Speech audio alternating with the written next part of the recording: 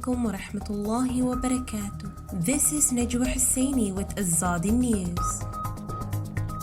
Rohingya refugees in Bangladesh at risk during monsoon.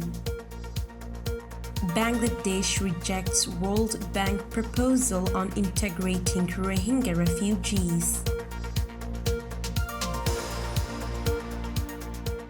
Heavy rains over the past week have displaced more than 21,000 Rohingya refugees in Bangladesh. The resulting flooding and mudslides have destroyed about 6,418 shelters. With months of monsoon season still ahead, the refugees face heightened risks because they are being prevented from taking measures that could lessen the devastation from flooding. In the refugee camps in Cox's Bazar, where nearly 1 million Rohingya refugees who fled atrocities by the Burmese military live, Bangladesh authorities have prohibited the construction of stronger shelters capable of withstanding not just the annual monsoon but also frequent dry season fires. This prohibition is a constant reminder to the Rohingya living in the world's largest refugee camp that their stay in Bangladesh is temporary.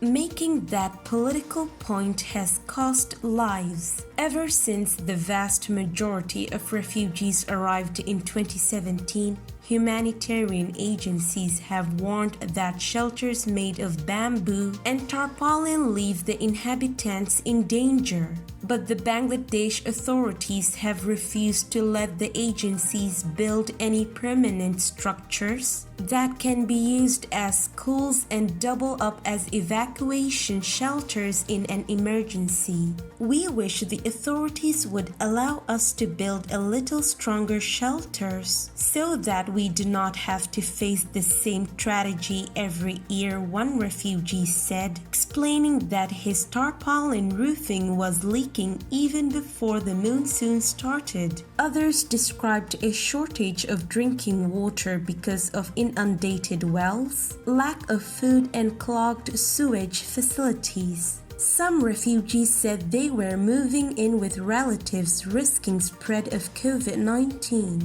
An additional 5,000 Rohingya in the no man's land at the Burmese border are also experiencing floods. Of over 500 shelters, only about 50 or 60 are still intact, a 38-year-old Rohingya man said. Humanitarian workers fear the spread of waterborne diseases. There are already hundreds of acute watery diarrhea (AWD) cases reported in the camps. Aid groups are experiencing a funding crisis, receiving only 30% of the US $943 million required for the 2021 Joint Response Plan.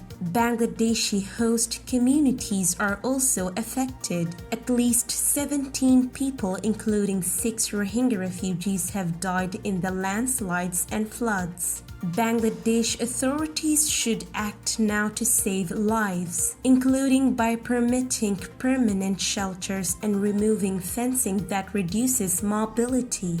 International donors should immediately assist Bangladesh, support both its nationals and the Rohingya who were forced to flee Bua's crimes against humanity and acts of genocide.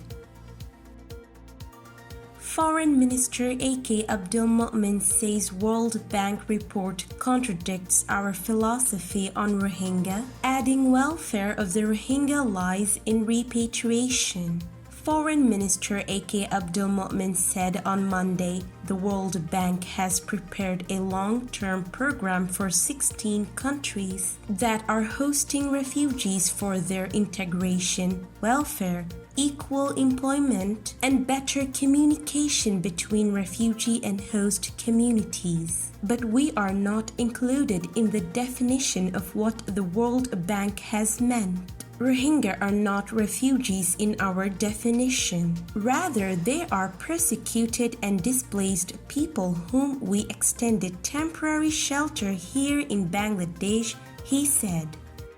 This is today's news. To get more updates about Rohingya, subscribe to our YouTube channel and hit the notification bell. Visit our website azaditvnews.com and follow our social media accounts. Wassalamu alaikum wa rahmatullahi wa barakatuh.